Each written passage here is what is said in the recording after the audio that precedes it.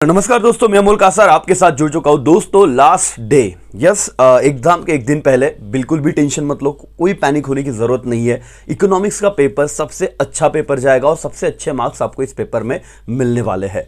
Sir याद करने की तो मतलब ऐसे ना, याद करके आपको याद नहीं अगर आएगा तो पैनिक होने की तो मतलब जरूरत है ही नहीं आपको।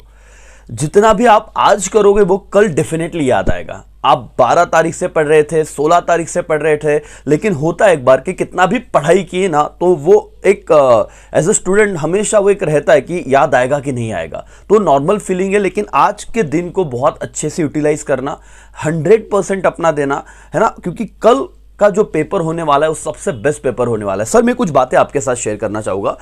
चैप्टर नंबर 1, आप बाकी चैप्टर्स के भी प्लीज इसे चार्ट बनाइए। मैं 2 चैप्टर आपके सामने रख रहा हूं। जैसे कि चैप्टर नंबर 1 कि सर क्या किया जाए, है ना, कि चैप्टर 1 में से कौन से इंपॉर्टेंट पॉइंट है जहां पे मैं ध्यान दूं। तो जैसे मैं चैप्टर 1 ओपन करता हूं तो मैंने इंट्रोडक्शन, माइक्रो और मैक्रो पढ़ लेना, इतना टाइम नहीं लगता उसमें, एकदम बेसिक बात है, खत्म हो जाता है। फिर चैप्टर 1 एक्चुअली ले दे के इतना ही चैप्टर है। टोटल कितने मार्क्स का वेटेज है सर विद ऑप्शन? 10 मार्क का वेटेज है। ठीक है, अब ध्यान दो, माइक्रो इकोनॉमिक्स की डेफिनेशन कोई एक छोटी सी कर ली तो भी चलेगा। स्कोप ऑफ माइक्रो इकोनॉमिक्स, अब तक ये सवाल सबसे ज्यादा इग्नोर किया जाने वाला सवाल था। स्कोप ऑफ माइक्रो और स्कोप ऑफ मैक्रो, देखो इतना ही चैप्टर है actually.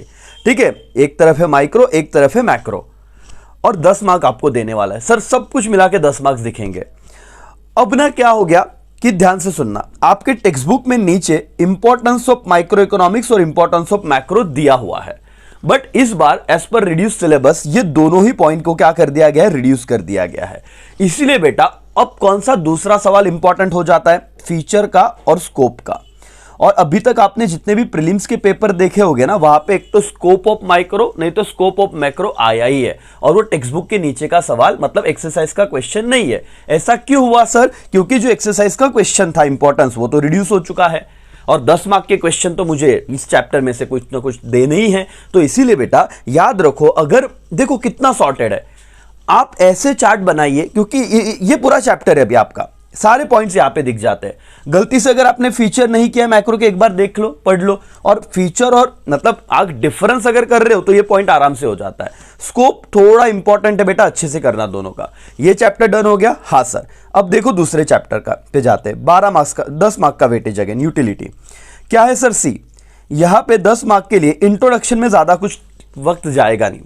Want satisfying capacity of a commodity, it is called what? Utility। Sir एकदम सिंपल है, फीचर्स ऑफ यूटिलिटी और टाइप्स ऑफ यूटिलिटी अच्छे से कर लेना बेटा।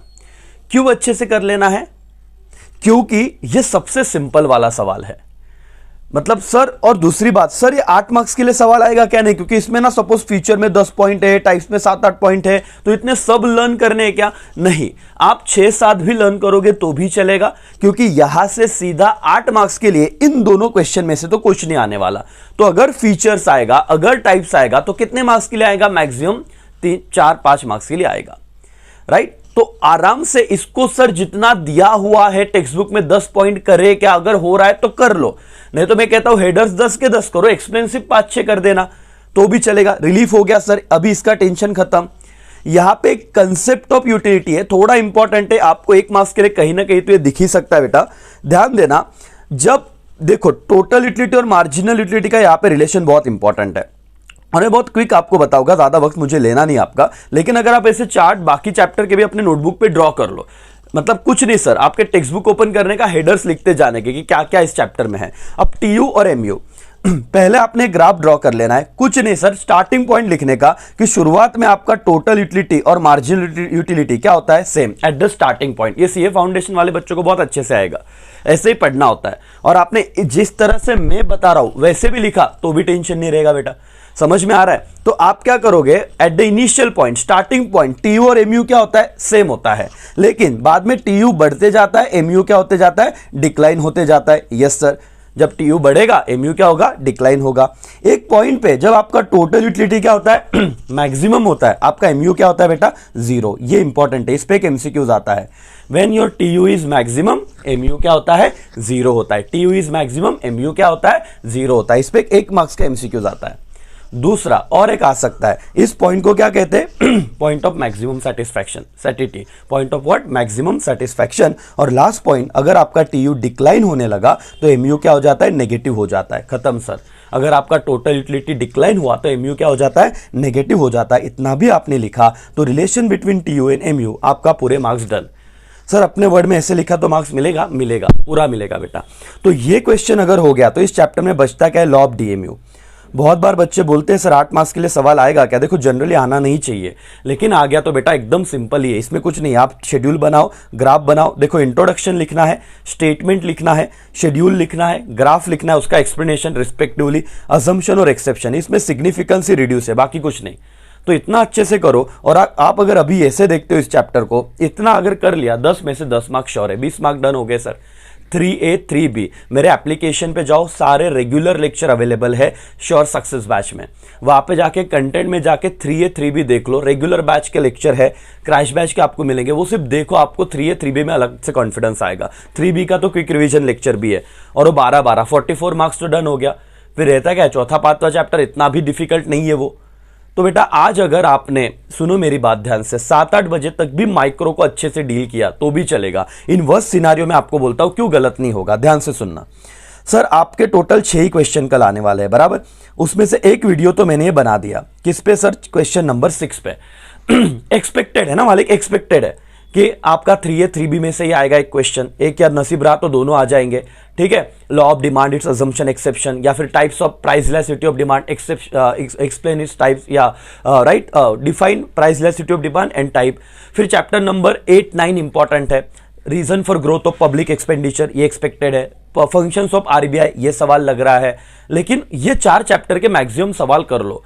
3A 3B 8 9 और 7 में से तो आ सकता है, बट अगर इतना कर लिया तो मुझे लगता है हम मैनेज कर लेंगे क्वेश्चन नंबर 6 को।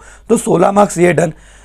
ऑब्जेक्टिव का तो कोई टेंशन है नहीं सर, ऑब्जेक्टिव 20 में से 20 का जुगाड़ हो ही जाएगा अपना, उसमें कोई लोड नहीं है सर।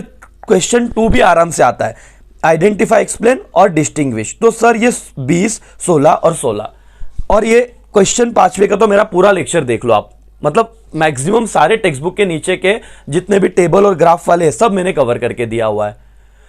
तो सर इतना भी आप कर रहे हो तो आपका 50 से ऊपर पेपर कवर हो रहा है, मतलब अब भी इस मोमेंट पे आपको टेंशन कौन से क्वेश्चन का, एग्री डिसएग्री और वो क्वेश्चन 3 और क्वेश्चन 4 का। और मैं तो आपको कह रहा हूं बेटा कि अगर आप पहले 5 चैप्टर इको के अच्छे से करते हो तो 2-2 तो आपको आ ही जाएंगे, यहां से एक-एक का ही सवाल रहेगा, और आगे के चैप्टर में से माइक्रो में से आ सकता है। बट अगेन मैं क्या कह रहा हूं कि जो आपके हाथ में उसको तो संभालो, बिल्कुल भी पैनिक मत हो जाना। आपको ऐसे नहीं होगा कि कुछ भी नहीं आएगा, बहुत कुछ आएगा, सिर्फ अच्छे से धीरे धीरे उसको प्लान करो और पढ़ाई चालू करो, ठीक है। चलो दोस्तों यहीं पे मैं रुकता हूं। एक्चुअली चैप्टर नंबर 9 का भी वीडियो मैंने ला दिया है, दूसरा पार्ट थोड़ा कंप्लीट हो चुका है रिकॉर्डिंग, उसका थोड़ा एडिटिंग वाला पार्ट रह गया है, लेकिन जल्द से जल्द मैं अपलोड करता हूं कैपिटल मार्केट का, ठीक है। चलो थैंक यू सो मच दोस्तों, यहीं पे मैं रुकता हूं, बाय बाय, टेक केयर, जय हिंद जय भारत।